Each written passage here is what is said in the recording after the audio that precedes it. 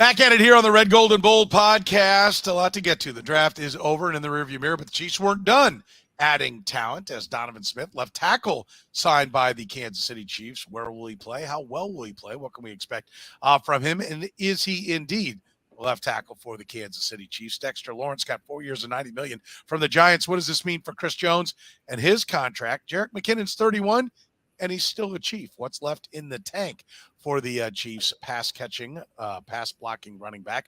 No fifth-year option for Clyde Edwards-Helaire, though. What should the expectations be for him in this 2023 season? And Jackson Mahomes arrested this past week. Is this becoming a problem for Patrick Mahomes, for the Kansas City Chiefs? We talk about it all right now on the Red, Gold, and Bold podcast. You're listening to the Red, Gold, and Bold podcast, the most in-depth analysis of the Kansas City Chiefs on planet Earth, breaking down the Chiefs like no one else can. Red, Gold, and Bold is hosted by Jeff Chadiha, Eric Eager, and Soren Petro. Jeff Chadiha is a senior columnist and on-air personality for the NFL Network and NFL.com. Eric Eager is the vice president of research and development for Sumer Sports. Soren Petro is the afternoon drive host of the program on Sports Radio 810 WHB in Kansas City.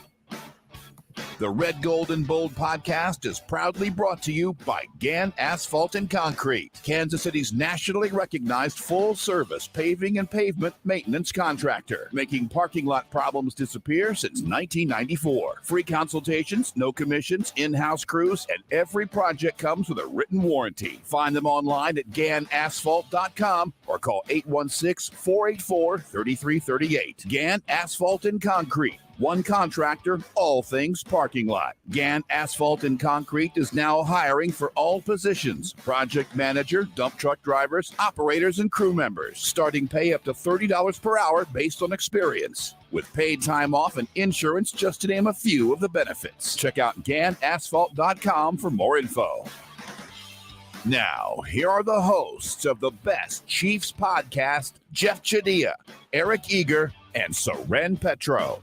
You heard it, proudly brought to you by Gann Asphalt and Concrete, making parking lot problems disappear in Kansas City since 1994. Every project coming with a written warranty. You can find them online at GannAsphalt.com. Jeff Chadiha from the NFL Network, Eric Eager from Sumer Sports. My name is Soren Petro. Let's get to it. Donovan Smith is a Kansas City Chief. We knew that they were looking for an offensive tackle. They added an offensive tackle, Jeff, in the NFL draft. We talked about that last week, but not done. Wanya Morris was not the end of their tackle shopping. Do you like the addition of Donovan Smith, and do you think he plays left tackle for this team? Well, the first part of the question, I like it just because it's a numbers game, and the more darts you throw at a dartboard, to use your analogy, the more chances you have of landing something. So that's a good thing. Donovan Smith has played on a Super Bowl champion team. You know, he's been a talented player in this league. Did not have a great season last year. In fact, had his worst season as a pro. I think the pass rush win rate was 78%, and the run block win rate was like 67%. So not exactly the same player who was blocking for Tom Brady a couple years ago, and he dealt with some injuries too. But again, if you've got him, if you've got Jawan Taylor, you've got the other two guys in the mix, Lucas Niang and Prince Tega Wanago, at least you've got some options. And I think it's the way they're playing is to see who can we fit into what slot to make this work the best. And they're not as concerned about who's a legitimate left tackle, who's a legitimate right tackle. I think it's more about who fits the bill and can make this offensive line cohesive. So it would not shock me if Jawan Taylor was starting left tackle and Donovan Smith was starting right tackle. Would not shock me if Donovan Smith was left tackle and Taylor was right tackle. Wouldn't shock me if one of the other guys, Niang, Wanya Morris, one of the other guys went in the right tackle spot. A lot of options on the table here for the Chiefs. The good thing is, again, their numbers that they can work with.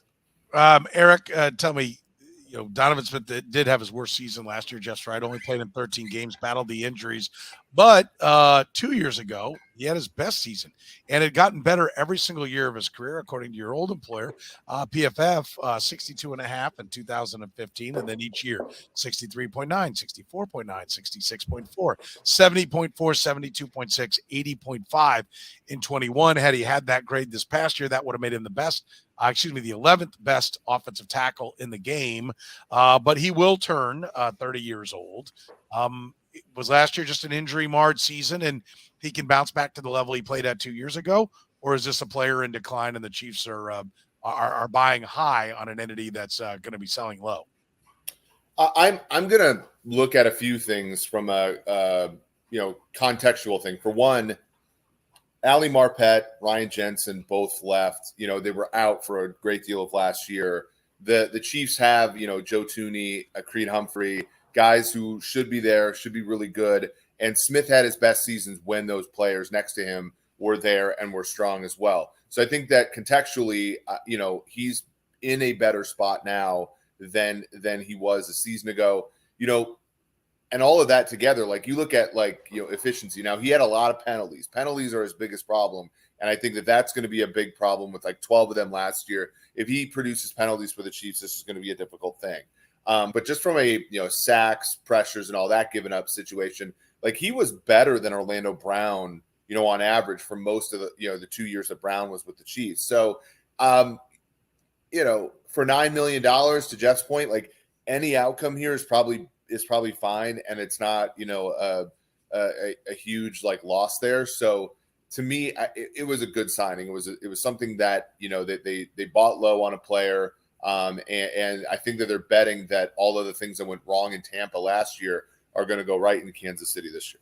I'm a big believer, Jeff, that there's no such thing as a bad one-year signing, right? So even if he's oh my God, this guy's broken down and you got to cut him and you got to walk, I don't think that's going to be the end of the world. But the one thing it can do is, it is probably the last money that they can spend, because they were up against it. They've done some finagling just to fit him into the equation to make his contract fit this year. So I'm curious, is there somebody else this money could have been spent on? Is there another position that would have been a better buy?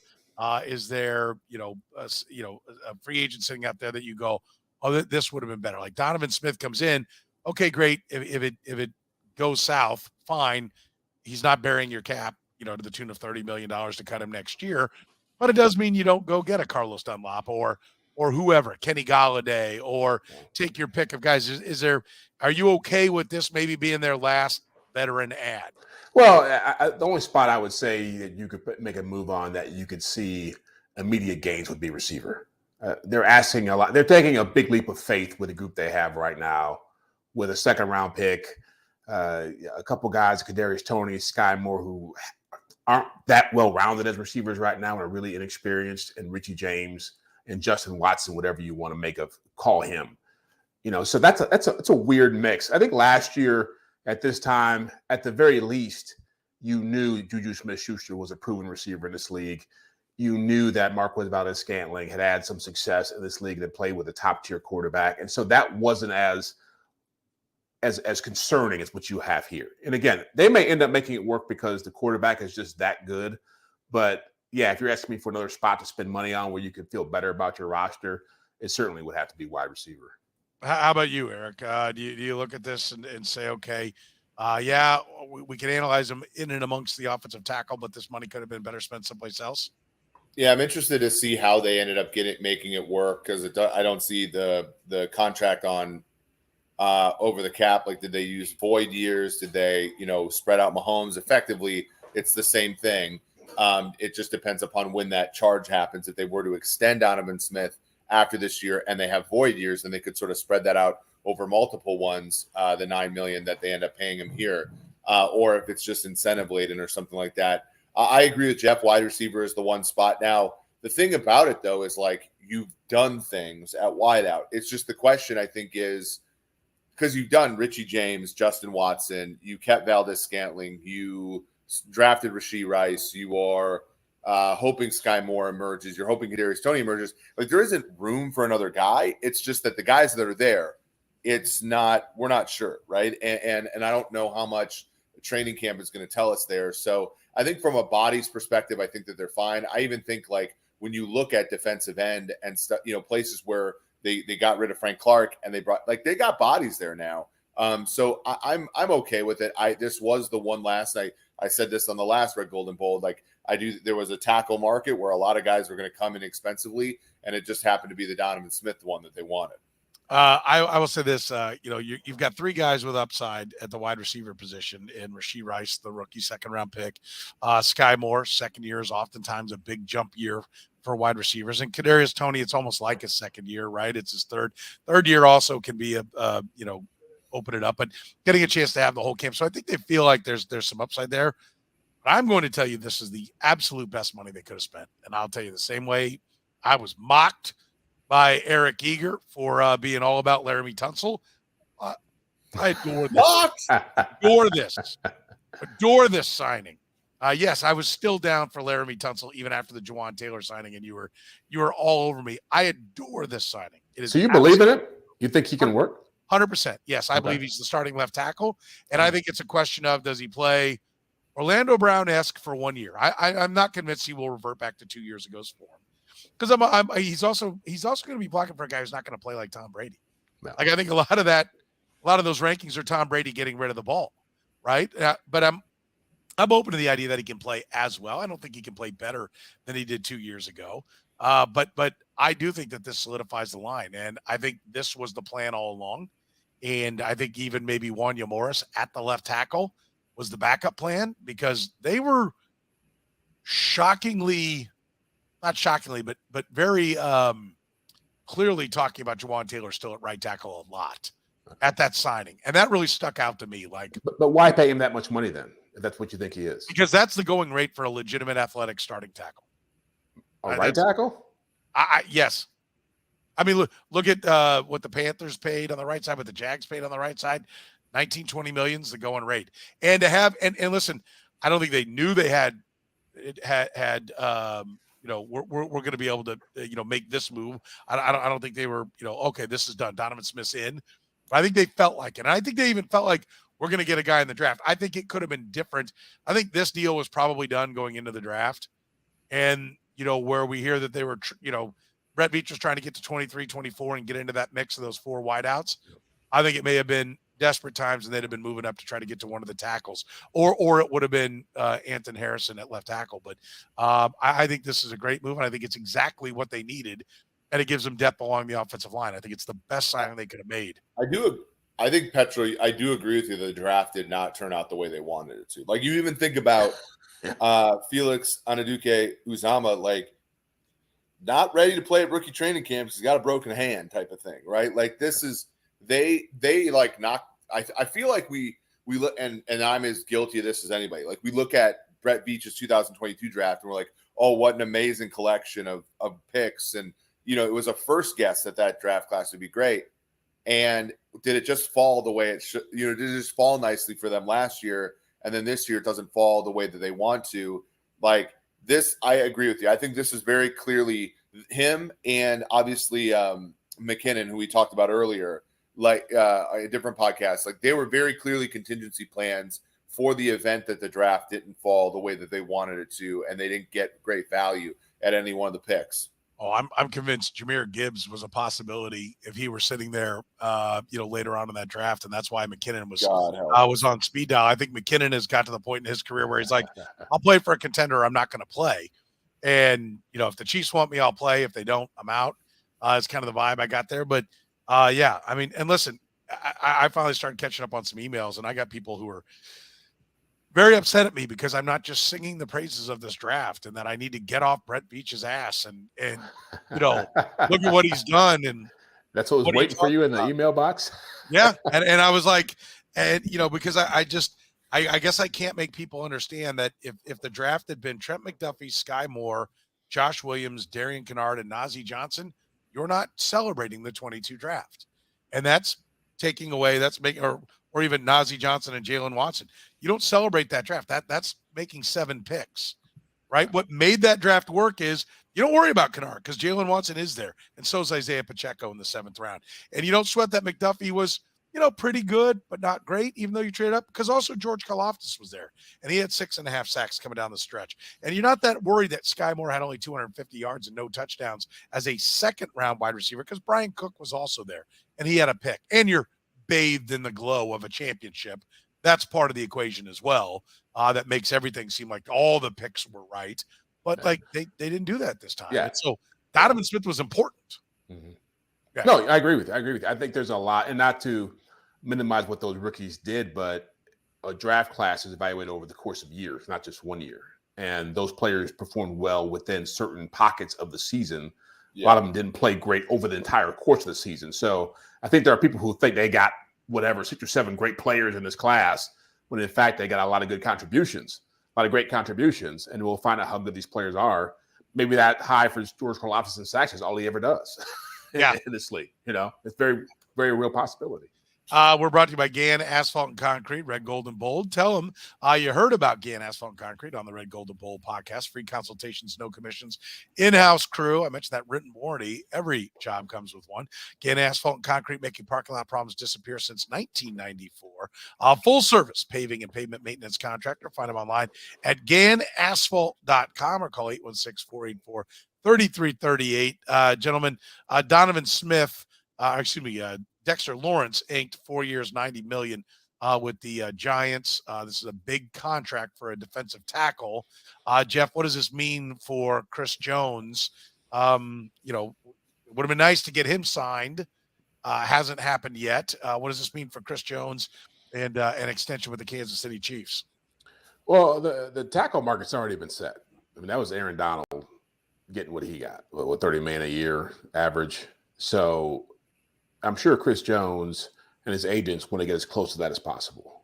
And I'm sure, as great as Chris Jones was last year and has been for the Chiefs, I'm sure the Chiefs, especially their owner, might have some concerns about paying that kind of money, however it comes about, what kind of bonuses involved, to a player that is, getting older, and it's not always been the most motivated when he's been in years when he doesn't have to put up huge numbers or is not chasing sacks. So at some point it will be done, but I suspect that this is probably a lot more complicated behind the scenes than we realize. And yeah, these kind of deals, they're interesting, but I think they have zero impact on what Chris Jones wants. I think Chris Jones is chasing Aaron Donald. I think he'd like to be a $28, $29 million a year player in this league. I think Jeff's right, because they wanted Aaron Donald money, a couple of years ago. I don't think anything changes now. Does he get it? And do we have one more contract? The Jets D tackle, Quinnen Williams. Does that need to happen before the Chiefs? Is Chris Jones going to sit back and say, listen, whatever he gets, I top that as well? Maybe we don't push beyond Aaron Donald, but I'm going to top everybody else for sure. And so they're not going to get around to getting this done. Chris Jones isn't going to be ready to get this done until he sees all the other numbers on the board. Yeah, there are some reports that Quinnen Williams and the Jets are not that close. That is a tricky one. The other tricky part, like, Jones is, getting up. He's closer to, he's not first contract. So when you look at, or second contract, you're looking at Jeffrey Simmons, 26 at $23.5 million, Deron Payne, 26 at $22.5 million. Similarly with Dexter Lawrence. So you have a couple of variables that are a little bit different between Jones and between, the other guys that have signed a little bit. Javon Hargrave is kind of the closer one at 30 years old, at $21.5 million, or $21 million. I'm sorry. That one might be, the one where you sort of try to split the difference between Aaron Donald, Chris Jones, and him. But that's not going to be necessarily what he wants. If you look at, from a APY standpoint. So as Jeff said, it's complicated. There's also the fact of the matter, like, the Chiefs, they obviously will get cap space when this happens, because his cap number in 2023 is quite high, at $28 million, but they're not, like, they've shown that, like, they're one of the lowest cash spenders in the NFL. And I think that, anytime, you talk about a new deal, that's going to be upfront cash from the Hunts. And I don't necessarily know if that's something that they really want to get involved in right now. It's going to be about the average per year, isn't it, Jeff? I mean, Aaron Donald is because I don't think he's going to get. I think Eric's point's a good one about the age. I don't think he can ask for as many years. Yeah. Right. So I think the Aaron Donald contract is the framework, and that was a 3-year, $95 million deal, $25 million signing bonus, all 95 guaranteed. I'm sure Chris Jones is going to chirp about that as well. The guarantees are going to be part of it. Yeah. And how old is Aaron Donald, by the way? Aaron Donald, when he signed it, he was going into his 31-year-old season. Yeah. And Chris Jones will be going into, he'll turn 30, if I'm not Yeah, mistaken. you're right. He's 29. He's turning 30 this year. 29, and I'll look at that birthday just to make sure. But I do think he's going to want to push up towards 30. I think what he's going to want is 3 for 90. He's going to want it all guaranteed. He's not going to get it all. And do we see, could we still see some fireworks at training camp? Even though he's said all the right things to this point, is there still a bigger hurdle to overcome here than maybe people realize? I take people back to the combine, and Brett Veach made a very telling statement at that time. He said, when I left here last year, I thought I was very excited about the possibility of signing Tyreek Hill. I was pretty confident. And Tyreek Hill has been with the Miami Dolphins, 2 months, was with them 2 months later. Now, I'm not saying that's going to happen with Chris Jones, but, Eric has made this point many times. Look at how many people this organization has paid handsomely over the age of 30 or pursued over the age of 30. It certainly is a mile marker for them when it comes to really making these kinds of investments. And so to be clear, just so we know, July 3rd, he will turn 29, not 30. Okay. 29. So this will be his 20 if you would. Yeah, but the contract will start when he's 30, right? Yeah. It'll be I mean, he's already signed for 29. And if he says, I'm not playing unless I get an extension, then you're talking about, okay, 29, 30, 31 for 3 years, 32 if you're putting on that fourth year and opting out on it. But and the real question is that I'm sure the Chiefs are asking, and Chris Jones has to prove, is how close is he to Aaron Donald? I mean, he's had some good years, but I don't think he's Aaron Donald. So I have no problem with them saying you shouldn't be paid in that stratosphere. But he may feel that way. He may feel like the market's on his side. Eric, is the hard part that Aaron Donald wasn't Aaron Donald last year. So now maybe Chris Jones has a legitimate, whether you want to, Aaron Donald was paid for what Aaron Donald has been. But Aaron Donald, Chris Jones was the number one rated on the for whatever it's worth. Again, unbiased source amongst the D tackle grades. He was top dog in that, and he's a better pass rusher than run blocker. You can knock his run blocking, but the pass rush, is run defense. But the pass rush is what people really want. I mean, does he have a right to say I should be the highest because I'm now the best, and the best should make the most, and that's more than the thing is the best. I mean, look. The best teams pay for what they're going to get and not for what they've gotten. And I think when you look at this Chiefs team, they kept Sammy Watkins around because of how he performed in the 2019 playoffs. They, paid Chris Jones. And, there was really, after the DeForest Buckner trade, there was really no way they were going to trade him after the Super Bowl. Aaron Donald, got his after a Super Bowl. After an amazing career, and look at where the Rams are. The Rams not only have one, the best wide receiver in football, or the most productive wide receiver in football when healthy, and the best defensive lineman in football. They're also terrible, and it puts them in a really rough spot. And I think the Chiefs are looking around and saying, look, when they paid Jawan Taylor, were they paying Jawan Taylor for what he's done or what they think he's going to do?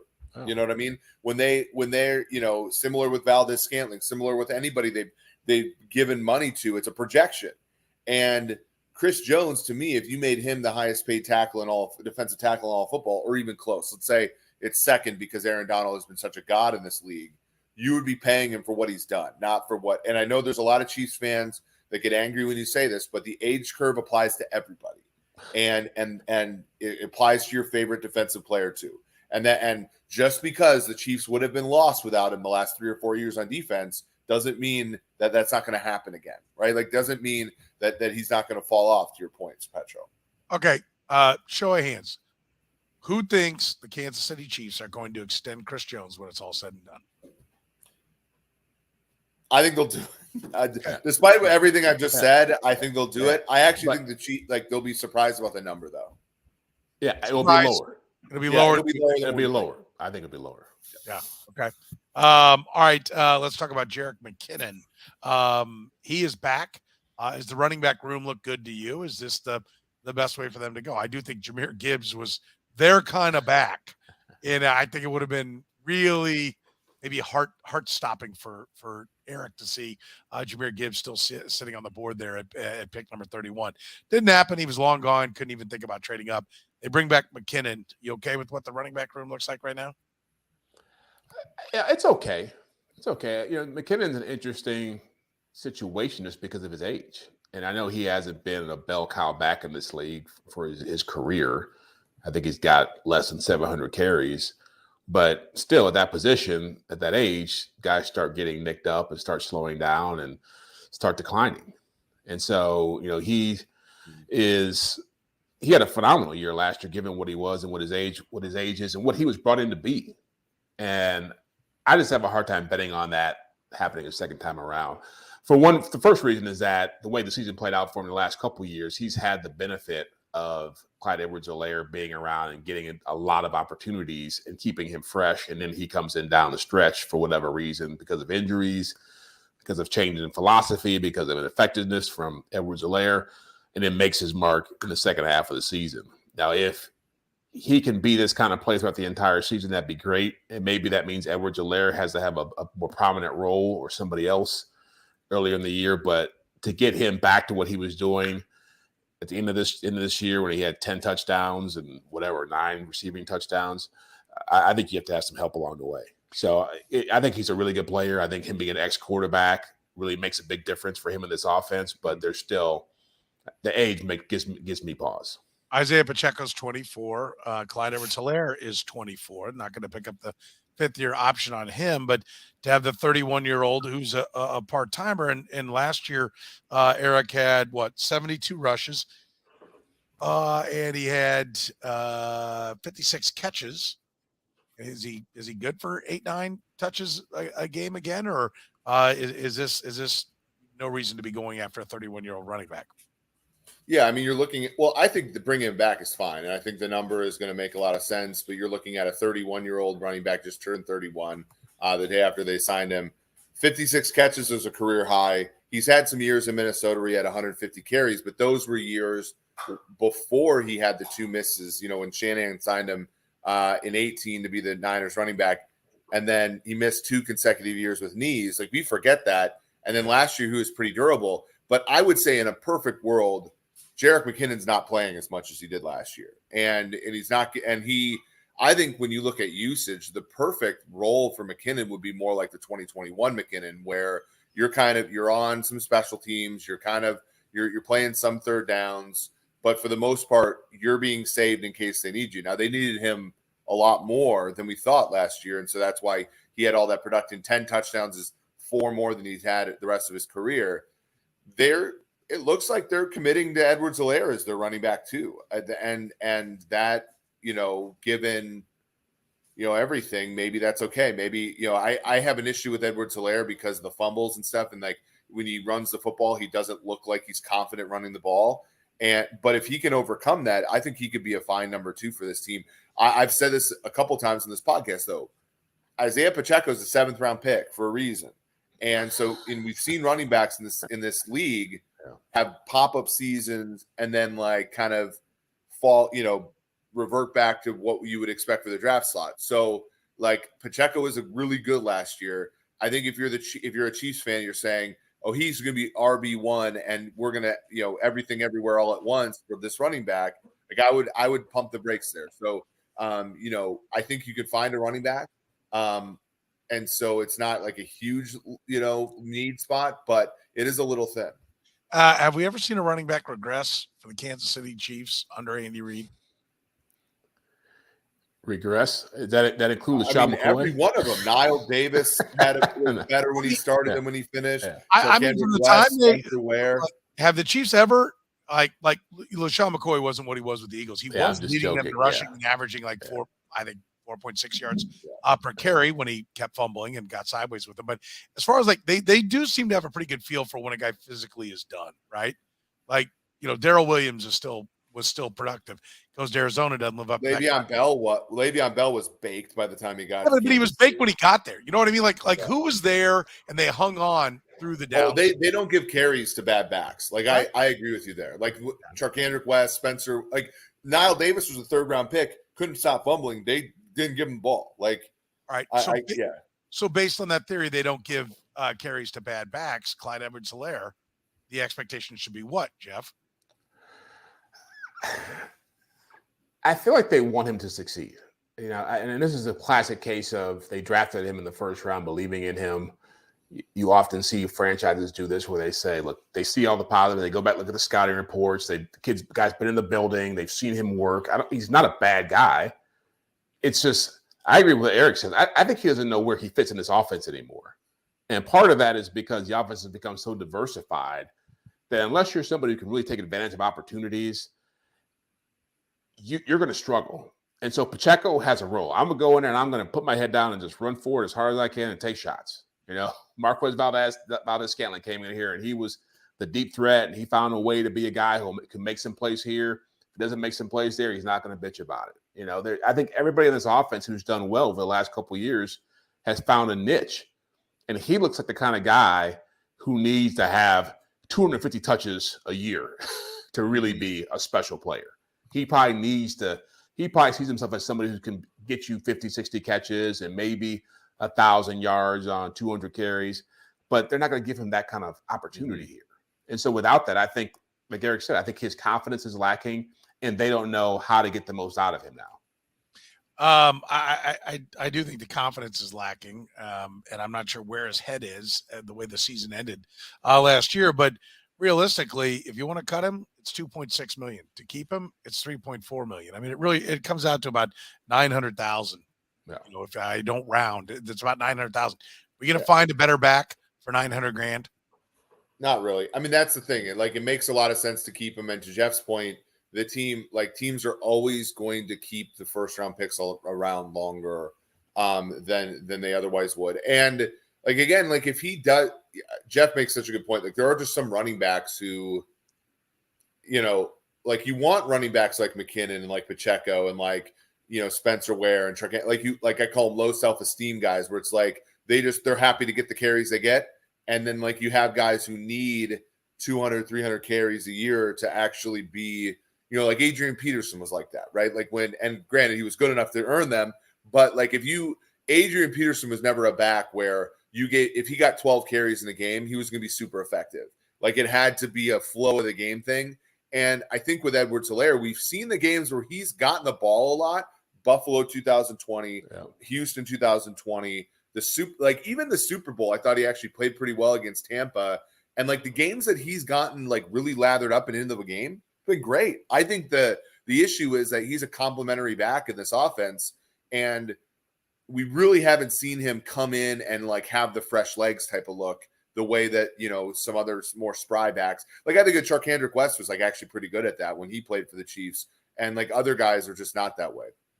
We're proudly brought to you by Gann Asphalt and Concrete, Kansas City's best when it comes to solving your parking lot problems. Your business has any problems with the parking lot, whether it's just getting it striped, whether it's starting from scratch, Gann Asphalt and Concrete can handle anything. They've been making parking lot problems disappear since 1994, one of Kansas City's fastest growing companies, and they're expanding again all positions: project manager, dump truck drivers, operators, crew members, starting pay up to $30 per hour based upon experience with paid time off and insurance, just to name a few of the benefits. You can check out GannAsphalt.com for more info. Jeff, this is one that I answer this question a lot when I go to other towns. I answer this question a lot when I'm not on the radio, and that is about the family of Patrick Mahomes. And this past week, Jackson Mahomes became front page news in Kansas City, the lead on the television news. He was arrested at 7 a.m. I think it was Wednesday morning, whatever that would have been, May 3rd. And then later released. He didn't answer questions as he was leaving. And there, of course, the legal process will, run its course. But allegations of misconduct are out there. Patrick Mahomes not running from it this past week. He was at the Met Gala. He was at the Kentucky Derby where he gave the Riders Up speech. If you were in Kansas City, you only got to hear a part of it because the NBC affiliate decided to break in for a weather update in the middle of him giving a speech. I thought that timing. And even they recognized, they made the decision to go for it. They didn't realize it was Patrick Mahomes. You could see the weather guys oh, wait, could we have waited 15 seconds? They broke in the middle of that. And then he was down at the F1 race in Miami, which he was there last year as well. So He's not running. He's not shying away from anything. But at some point, this has got to wear on a guy, I would think. Number one, it's your brother. You care about him, right? He's got issues. He's got problems. And it's a lot of questions, at least one round of questions. Now, you've talked about Green Bay, Wisconsin being largely a college town, like the fanboy website. Yeah. I can tell you there's some of us that feel like there's only a few of us that are going to ask the really difficult questions, right? There's an element of that in Kansas City. I'm not going to chastise all the media, but there's only a few people that are going to ask questions. He's going to get it from a handful of people. He's not going to get it like he might, not going to get the kind of questioning like he might in New York or Philadelphia or something like that. But is this now running the risk of becoming a distraction, a problem for Patrick Mahomes and thereby the Kansas City Chiefs? Oh, it was an issue last year. To be honest, I mean, there were people that I talked to in the organization midway through the season who were frustrated with the attention this was getting. And we know that the Hunt family, we know the Chiefs have long been big in the community, big about, service and how things look. They don't like to they've had drama, but they don't want to have drama around them. And so for better or for worse, Jackson Mahomes is part of the family. I mean, he's on the sidelines. He's a very prominent figure. He gets a lot of attention because he is Patrick Mahomes' brother. And it's not Patrick Mahomes' job to take care of his brother, but he does have to understand that what his brother does blow back on him now. Like, you've reached a point in your career where this is part of your narrative. And so, yeah, I think it's an issue because you don't want to have people on ESPN. You want to have to be the lead story on the ESPN website. You don't want it to have to be the lead story on the nightly news in Kansas City. And so hopefully the young man gets it figured out. But we who live in Kansas City know it's been an issue for the last 2-3 years. Now, again, it's not Patrick's responsibility to take care of it. But unfortunately, he is going to have to deal with it in some way because it's his name that's getting drugged through this now. Problem now, Eric, for Patrick Mahomes for the Kansas City Chiefs? I think if it was, to Jeff's point, it's been this way for a while. And like, there have been looking like I'm, on social media, like I felt that this past season, there was actually far less of a distraction all year. Like, you didn't see him on the field TikToking. Yeah. You didn't see it. And like, his wife's another part of it, right? Like, where his wife's not like talking crap to other fans or spraying people with champagne. And there isn't pictures of them out where like the brother and the wife are dancing and Pat's sitting there like, bleep me, like that kind of thing. Like, so, this is, I would put it on sort of the same plane as like Andy Reid and his sons, right? Like, or, how that has been, where it's not, I'm not going to sit here and be like, Andy Reid's a bad guy because his son, got drunk and hit a little girl with his car. But I'm also like, you got to get that thing, you got to get it figured out, right? You have resources to get these things, make sure that they don't happen.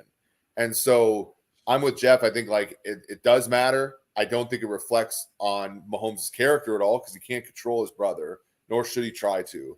But it does affect the Chiefs. And just to be clear, Britt Reed striking a vehicle that a little girl was in, just to be accurate. I know that's what you meant, but yeah. I mean, like, the little girl was right, and the girl was injured in the car accident. Like, to me, the question becomes, and only Patrick Mahomes really knows this, and maybe we'll see in his play, but how much does it weigh on Patrick Mahomes? I mean, we talked last year. I mean, the man was getting married. The man was having a second child. The man was building a home. I think is now done. I mean, those big houses, I don't know, but they take a long time. But those are stressful things to have go on. And being Patrick Mahomes is a great thing, but there's also an element of the Michael Jordan, like, can you go anywhere? And do you want to just be able to decompress and now to have this extra layer of things? It's got to weigh on him, right? But he's been pretty good at handling anything that came his way to this point. Who do you think's paying for the lawyer? Who do you think his bodyguard was out there taking Jackson Mahomes out of the jail to the private SUV game? Those are Mahomes' people, right? So he's already involved in it. Yeah, presumably. Yeah, I mean, and I think, to me, the concern is what does this do? Like, how does the organization and Patrick Mahomes coexist? Like after this, to me, I don't see any concern with Patrick being able to obviously write a check for whatever has to happen for a lawyer or someone to drive him around or to be around him. He can certainly afford all of that. I think he can handle the stress and that comes with his brother being in the limelight. I think he's already doing that. To me, the big picture concern is what happens if the season rolls around. My assumption is this is going to settle, right? That's what usually happens in these types of cases. I would assume that Jackson Mahomes and the entire Mahomes family, Patrick, really, let's be honest, being the patriarch of that family. I know his father is still around, but Patrick Mahomes runs the show there. I assume that they're going to want that to go away and what's going to be best. Not that they're going to just pay somebody off, but it's going to be like, listen, what do we need to do? Let's solve this. Let's get done with it. But what if the Kansas City Chiefs organization, and they get bit to the season, it's like, yeah, by the way, my wife and brother are coming down to the sideline, and the Chiefs go, we can't have Jackson there, right? Yeah.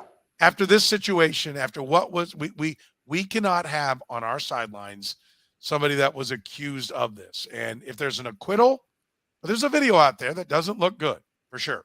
And what would happen if the Chiefs organization said he can't be here, and Patrick were to say he's going to be there? Like those are that's how it gets with people, right, Jeff? Yeah, that's exactly what I'm saying. That's where it gets more complicated because again, he's part of the family. Like he is doing his TikTok videos in stadiums. I know for a fact that he and Patrick's wife were given specific space on the sidelines to do those videos that other people within the organization were not getting. There was some jealousy, by the way, from other teammates, families about that kind of opportunity, those kinds of perks. And so, yeah, I think that this is a moment where Clark Hunt, Brett Veach, Andy Reid, Patrick Mahomes have to get into a room and decide, how do we deal with this?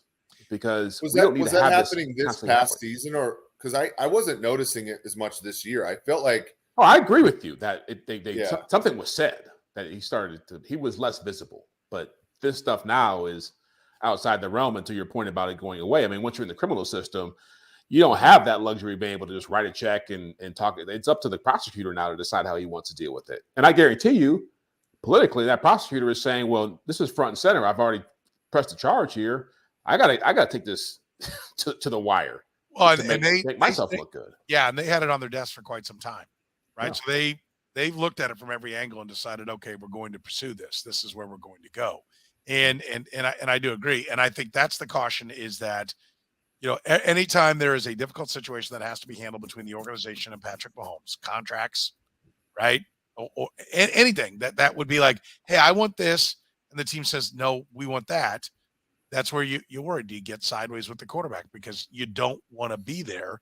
You don't want to be sideways with the quarterback. That's not where you want to get. And so, the flip side of this, Eric, is that this is the final straw with Patrick, right? That you don't need the organization to say it. Patrick says, I'm going to help you out with this, and then you're not going to be around, right? No. Like that in the end, maybe this is what and maybe this is the wake-up call to Jackson Mahomes and his behavior turns a corner and is not quite so much, out there in the limelight.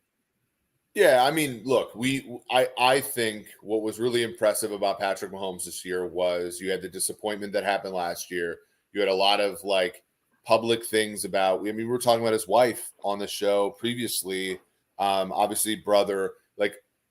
I think Mahomes is singularly focused enough on winning championships that this won't be a problem, right, moving forward. But it is a tension to be managed for sure. And, if you're the team, I remember growing up in Minnesota, right before that NFC title game in New York, Randy Moss brought his whole group on the side of the field, and he and Dennis Green kind of had at it a little bit, right before one of the biggest games of his career. They go and lose 41-0, and it's there are questions there. I think Pat put a lot of the questions behind him this year, went out, won MVP, won Super Bowl, all this kind of stuff, played through an injury, really showed kind of he's willing to do whatever it takes for this football team. But to Jeff's point, now it's a lot more formal, and I think that the solutions are going to have to be more formal. and we'll see where it goes from here. He is Jeff Chadiha. He is Eric Eager. I'm Soren Petro. This is the Red Gold and Bold podcast, proudly brought to you by Gann Asphalt and Concrete. Make sure you tell them you heard about them right here on the Red Gold and Bold podcast. Happy to make any and all your parking lot problems disappear, from starting from scratch to paving it. It is a full-service paving and pavement maintenance contractor. Gann Asphalt and Concrete, Kansas City's nationally recognized pavement specialist. You can find them online right now at GannAsphalt.com. For Jeff Chadiha, Eric Eager, my name is Soren Petro, saying thank you very much for joining us here on the Red Gold and